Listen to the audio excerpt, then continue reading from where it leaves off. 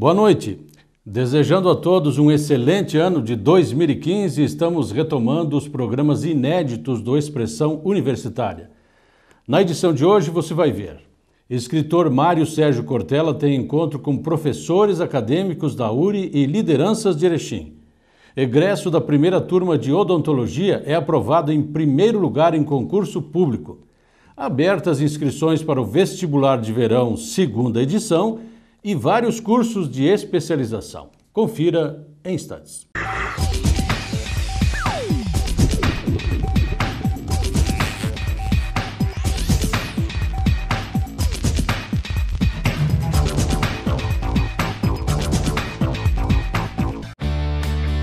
Transformar.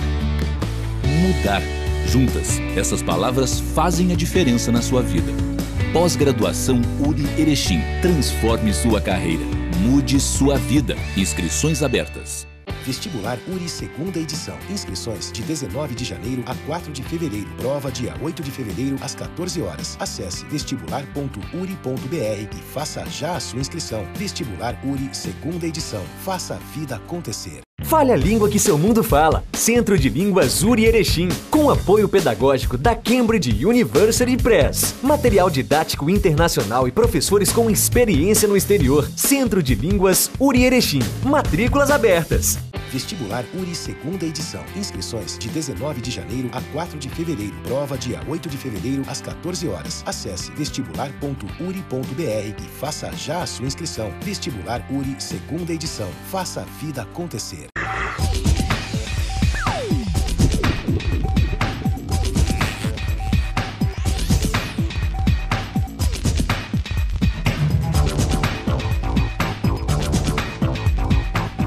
A Associação dos Egressos do curso de Administração, com o apoio da URI Erechim, proporcionou um encontro de 400 pessoas com o filósofo Mário Sérgio Cortella.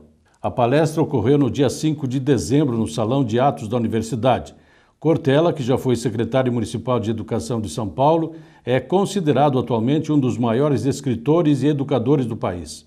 Suas obras têm servido de suporte para professores e profissionais que atuam no setor. Por que lidar com educação hoje é tão complicado, tão difícil, ou somos nós que fazemos as coisas difíceis? As duas coisas. De um lado, assim, uma complexidade maior dentro da questão da educação, à medida em que há muitas outras fontes de aprendizagem, de convivência, de valores. E aquilo que antes a escola, por exemplo, tinha como sendo uma fonte prioritária, acabou se dissipando para outras estruturas. Ademais, aquilo que a escola ofereceu durante muito tempo, que era um nível mais elevado de informações, hoje encontra outros elementos que podem ser trazidos. Portanto, ela perdeu uma parcela do interesse. Há um imediatismo muito grande também na questão da formação da profissão, quase que se prepara alguém para que ele exerça a atividade na semana seguinte. E isso degrada um pouco essa relação.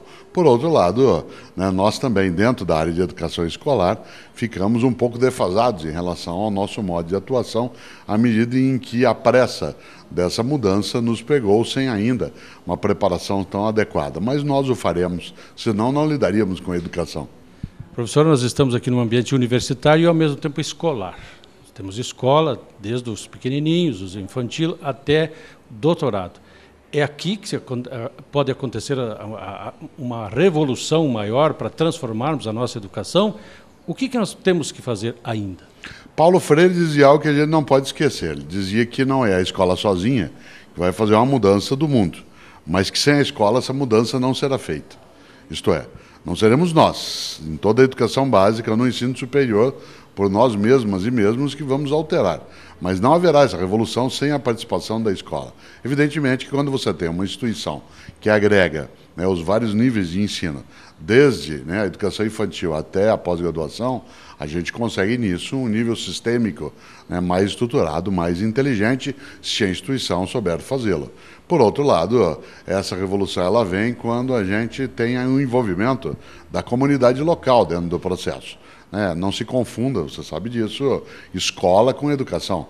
Escola é um pedaço da educação, nem é toda ela, é só um pedaço. Por isso nós, professores e professoras, fazemos escolarização. A educação é feita no conjunto da vida coletiva, inclusive dentro da escola. E onde é que entra a responsabilidade dos pais em tudo isso aí?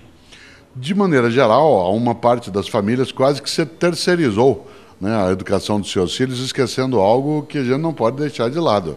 A responsabilidade pela educação de crianças e jovens é da família e do poder público de maneira secundária, na ausência da família. Nós, na escola, fazemos escolarização e, por isso, é preciso fazer uma parceria com as famílias de qualquer nível para que a família seja apoiada.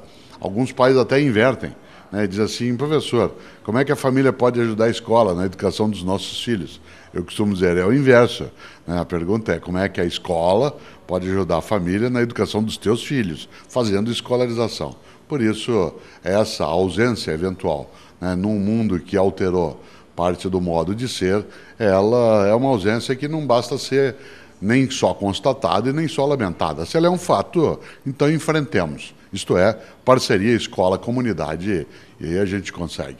Se nós compararmos a nossa sistemática, a nossa educação nacional com relação a outros países, nós veremos que nós estamos ainda muito distantes. O que está errado no nosso sistema em relação, por exemplo, a uma Coreia do Sul?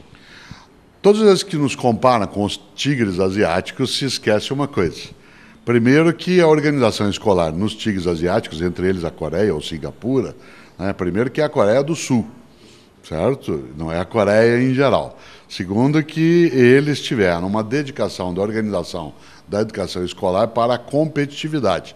Aliás, é um sistema altamente eficaz, inclusive para obter boas notas, né, nas avaliações internacionais, mas ele é de uma crueldade imensa, à medida em que ele coloca uma criança ou um jovem a uma dedicação exclusiva àquela atividade. Ela forma pessoas quase que psicóticas.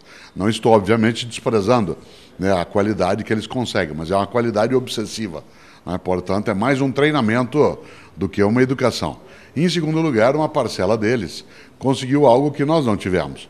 Ao final da Guerra da Coreia, a Coreia do Sul ficou isenta de ter gastos na área de proteção, de segurança nacional, área militar. Portanto, ela utilizou uma parcela daquilo que seria o orçamento nessa área para essa lógica. Terceiro, ela recebeu financiamento internacional por conta até da oposição ao governo comunista da Coreia do Norte, para praticar aquilo que seria a disseminação de uma ideologia, né, liberal com produção, tecnologia. Tudo isso não coloca o fato de que a educação brasileira escolar ela viveu, durante muitos séculos, situações de indigência. Nós começamos a sair da indigência nos últimos 30 anos. Nos dois governos do Fernando Henrique, nos dois do Lula, nos dois da Dilma, começando o próximo na sequência, se ele segue parte daquilo que estava em educação, vai nos tirar sim da indigência. Mas, para usar uma expressão comum, a gente saiu da UTI. Na área educacional, estamos na enfermaria, né, para ter alta, ainda demora algum tempo. Mas nós não estamos mais onde estávamos em termos de má qualidade. A gente, quando confunde educação com escolaridade, ele, às vezes deixa de lado que o Brasil tem uma escolarização baixa, mas não uma educação baixa. Não só nós não temos uma educação baixa, que nós somos a 7ª economia mais poderosa do planeta, mas somos o país de número 66 em escolarização. Se fosse tão automático, como dizem alguns, escolarização e produção econômica, nós estamos perdidos. Ué, como é que se explica que nós somos o 66 em escola e o 7º ou 6º em economia? É porque a gente tem uma educação, isto é, uma formação no dia a dia, uma inventividade, uma dedicação maior até do que nossos níveis de escolaridade. Mas nós estamos, então, no seu entender, fazendo muita coisa certa, não tanta coisa errada como se divulga por aí. Ao contrário, existe uma visão catastrofista que, de maneira geral, é tola, né? Porque quase sempre se imagina que se deva procurar apenas aquilo que não está funcionando. Evidentemente, seria também tolo supor que nós estejamos numa relação boa na área de educação escolar. Ao contrário, nós estamos, como para brincar com o Churchill, nós estamos apenas no fim do começo, não estamos no começo do fim ainda. Mas nós não estamos mais onde estávamos. Nós conseguimos universalizar o acesso, né, ao ensino fundamental, vamos conseguir fazê-lo em relação à educação básica como um todo nos próximos 10 anos. Não conseguimos ainda manter a permanência né? Já temos o acesso, mas não a permanência. Nós precisamos de uma nova qualidade de ensino que reoriente os processos curriculares, mas também já avançamos em relação à presença, né, de conteúdos científicos que sejam mais densos. Nossa educação de nível superior teve um ingresso nos últimos 20 anos esplendoroso do número de pessoas com vários programas. Nós temos falha ainda no nosso campo de pesquisa, né, porque o subsídio nosso ele é restrito nessa área, mas não temos nem de ter uma visão catastrofista, nem uma visão triunfalista, né? Seria as duas posições, elas são tolas. E se há uma coisa que não deve haver na educação é tolice. Professor, uma última questão. O senhor tem escrito muitos livros. Estas suas obras, as suas conferências, têm contribuído até que forma para incentivar o setor educacional para continuarmos nesse caminho? A gente tem dois caminhos desse incentivo. Na minha trajetória, eu pude contribuir mais diretamente para algumas coisas quando fui secretário de Educação na cidade de São Paulo, porque aí era a operação, né, de um sistema, uma estrutura.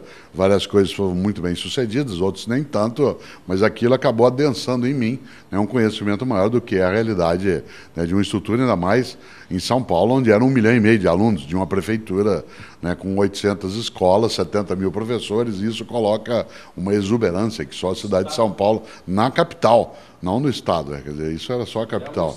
Sim, claro, é uma coisa estupenda, mas ali aprendi muito. Agora, os livros e conferências colaboram mais na reflexão. Eu sou da área de filosofia da educação, né, portanto, eu não trabalho com didática, com metodologia, né, eu não lido com novas tecnologias. O que eu faço é indagar algumas coisas, em vez de dizer para as pessoas, pensem isso, é assim, pensem nisso, de maneira geral, se assim for. E as pessoas saírem, seja dos livros na leitura, seja em relação às aulas, com alguma indagação que as leve a se preocuparem e fazer melhor aquilo que já estão fazendo, essa para mim já é a boa contribuição. O egresso da primeira turma do curso de odontologia, João Paulo Fortunato, que colou o grau no dia 10 de janeiro, conquistou o primeiro lugar no concurso para cirurgião dentista da Prefeitura Municipal de Barão de Cotegipe. O concurso teve 81 candidatos para uma única vaga. Para João Paulo, esse foi o resultado de todo o apoio e auxílio da família, dos amigos e do corpo docente do curso. Para mim foi um momento de muita felicidade, muita alegria.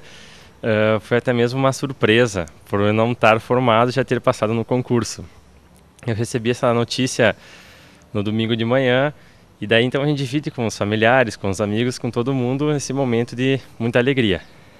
Eu acho que o curso ele auxiliou muito, que nesses 5 anos, eu acho que foi o resultado desses 5 anos, o resultado veio agora no final. Na verdade, até quando eu fui fazer o concurso, eu não sabia mesmo se eu fazia ou não. Então, minha família me incentivou bastante a ir fazer o concurso em Barão de Cotegipe. Foi como devido ao pouco tempo, como a gente tinha bastante prova, bastante exercícios, bastante atividades, foi mais pelos conhecimentos que eu já tive até agora mesmo, e acabou dando certo. E como é que foi seu desempenho durante o curso? Foi bastante positivo? Isso contribuiu para esse resultado na prova? Conta um pouquinho da sua vida acadêmica enquanto acadêmico. Sim, eu acho que com certeza, eu acho que esse resultado se deve bastante à instituição, aos professores que sempre nos passaram ensinamentos, sempre nos passaram confiança e nos deram muitas oportunidades durante o curso. Durante essa fase acadêmica, durante 5 anos, eu sempre procurei me dedicar bastante, estudar bastante, sempre me fazer presentes em todas as disciplinas, tanto as mais básicas quanto as mais focadas para o curso. E eu fiz parte também de uma turma onde a gente, digamos, se puxava muito, a gente procurava bastante estudar, nos dedicar e um ajudar o outro para a gente tentar chegar num nível mais alto. Eu fui bem tranquilo por causa que, como era o meu primeiro concurso, eu não esperava assim muita coisa, né? E eu tive bastante colegas meus que foram, então a gente até foi em grupo, né? Foi bem tranquilo a nossa ida até lá, a confraternização entre os amigos. E o resultado acabou sendo que eu fiquei em primeiro lugar e isso me fez muito feliz. E os colegas que foram fazer o concurso também acabaram ficando felizes por esse resultado. E agora, quais são as suas perspectivas? Eu seja chamado no concurso, que eu possa exercer a atividade de cirurgião dentista lá em Barão de Cotegipe e até mesmo, de repente, se possível, se conciliar horários, tentar montar uma clínica com alguns colegas meus aqui da faculdade mesmo. Abertas inscrições para o vestibular de verão, segunda edição, e para cursos de especialização. Voltamos em instantes para falar sobre esses assuntos.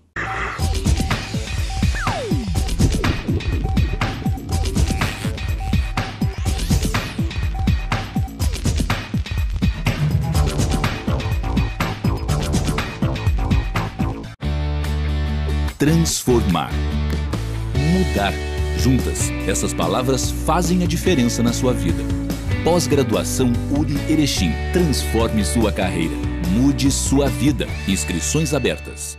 Vestibular URI segunda edição. Inscrições de 19 de janeiro a 4 de fevereiro. Prova dia 8 de fevereiro às 14 horas. Acesse vestibular.uri.br e faça já a sua inscrição. Vestibular URI segunda edição. Faça a vida acontecer. Durante toda a sua vida, você pensa em seus filhos e para que eles desenvolvam o seu potencial desde os primeiros anos, é você que escolhe a escola e o método de ensino. Escola de Educação Básica URI Erechim. Trabalho pedagógico com ambientes integrados. Professores com formação específica para cada nível de ensino, atividades extracurriculares, atendimento personalizado aos pais. Agende seu horário e venha conhecer a escola. Escola de Educação Básica URI Erechim. Escola para a vida. Vestibular URI segunda edição. Inscrições de 19 de janeiro a 4 de fevereiro. Prova dia 8 de fevereiro às 14 horas. Acesse vestibular.uri.br e faça já a sua inscrição. Vestibular URI segunda edição. Faça a vida acontecer.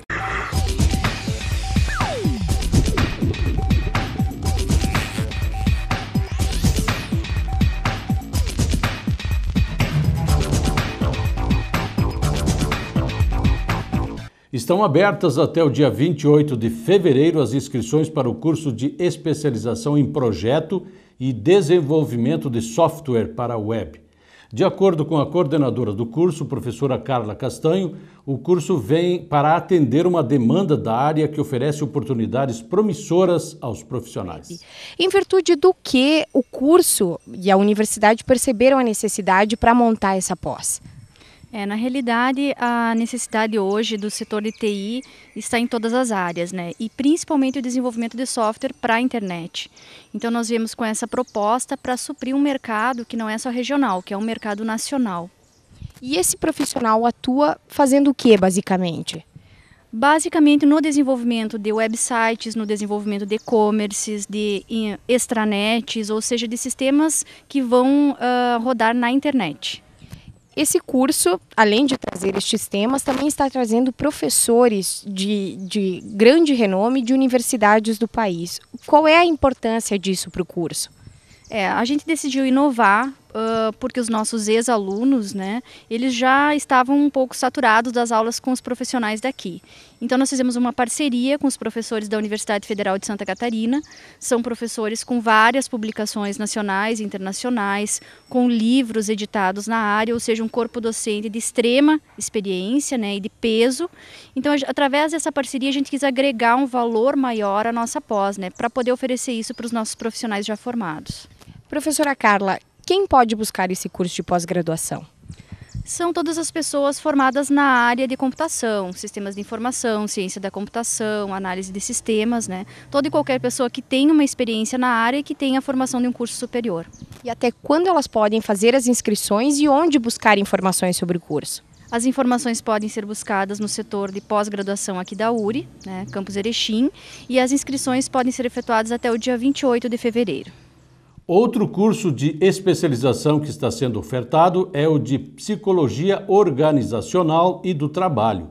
A coordenação está com a professora Letícia Souto Pinheiro.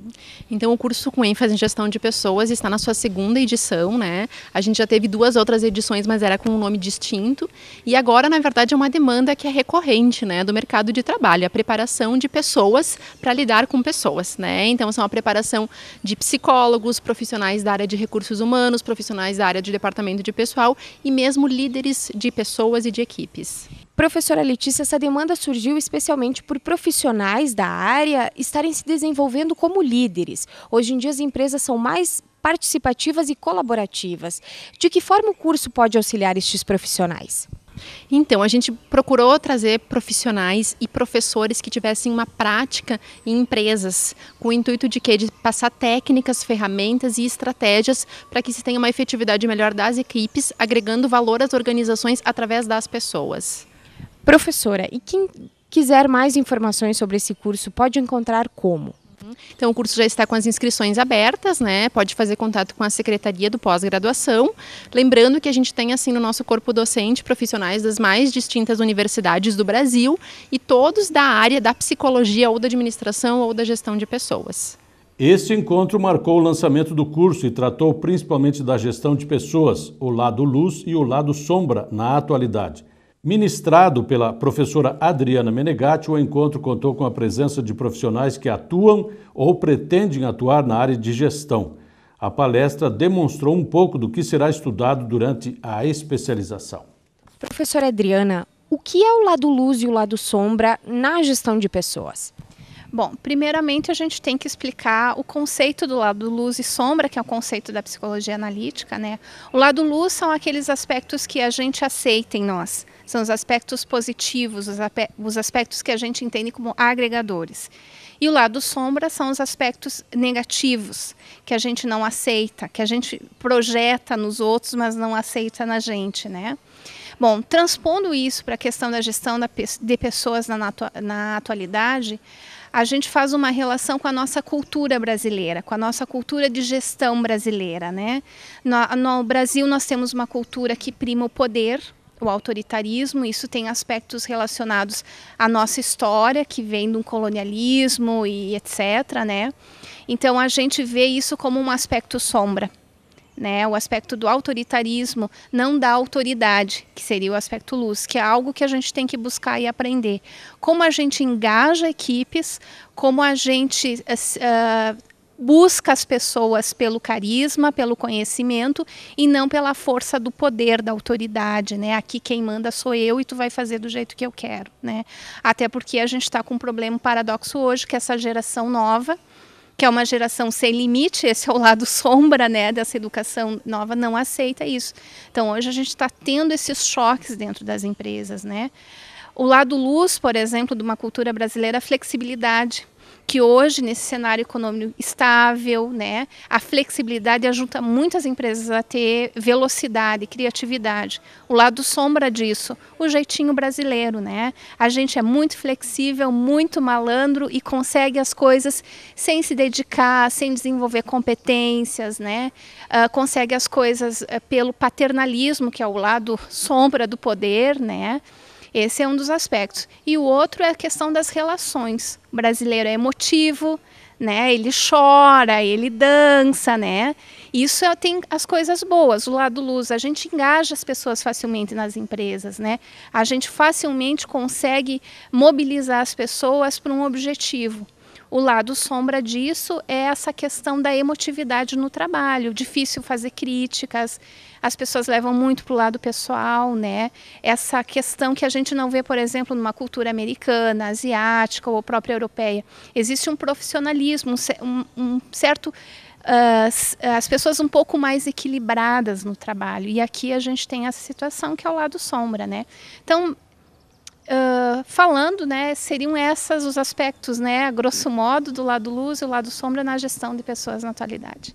Um dos grandes desafios permanentes das organizações é a redução de custos. Para isso, existe um profissional que pode trazer uma grande contribuição: o engenheiro de produção. Esse é um dos cursos que está com vagas abertas para o vestibular de verão, segunda edição, cujas inscrições estão abertas. O novo coordenador do curso, Fábio Redim, tem mais informações sobre essa importante área da engenharia. Eu tenho como engenharia de produção como o meu alicerce principal da minha carreira docente hoje, né? Trabalho há mais de 10 anos na área de engenharia de produção, me considero mais um engenheiro de fábrica, de chão de fábrica, como a gente chama, do que um profissional acadêmico, mas sou apaixonado pela área acadêmica. Atuo como professor acadêmico há mais de 10 anos também, né? Fiz a minha engenharia, o meu mestrado e agora o doutorado, tudo na área de engenharia de produção. Qual é a área da abrangência da engenharia de produção? A engenharia de produção hoje é uma das engenharias que mais cresce no Brasil, né? Ela ainda é considerada relativamente nova para o Brasil, mas hoje é uma das que mais cresce. A engenharia, O perfil desse profissional que busca a engenharia de produção é um profissional que tem voltado mais para a área da gestão.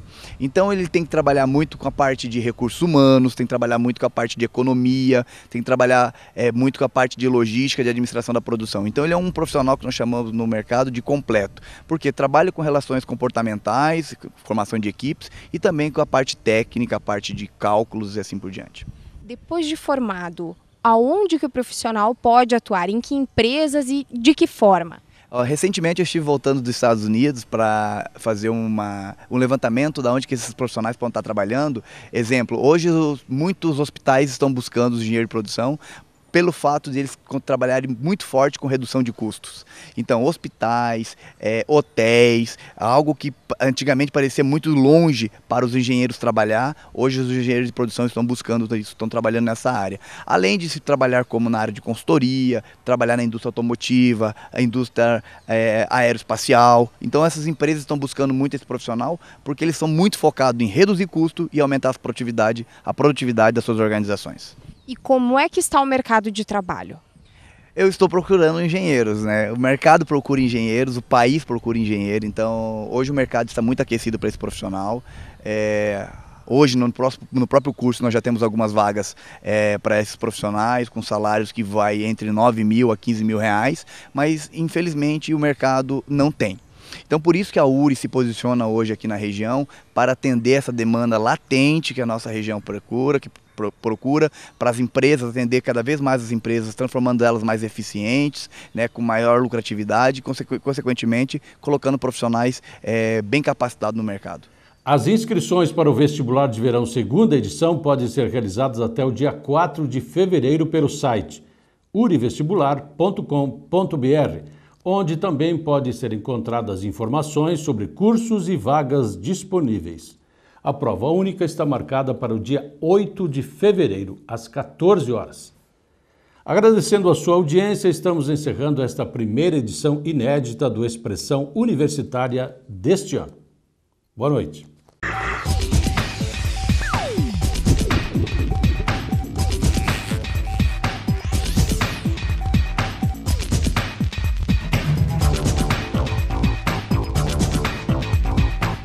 Vestibular URI segunda edição. Inscrições de 19 de janeiro a 4 de fevereiro. Prova dia 8 de fevereiro às 14 horas. Acesse vestibular.uri.br e faça já a sua inscrição. Vestibular URI segunda edição. Faça a vida acontecer.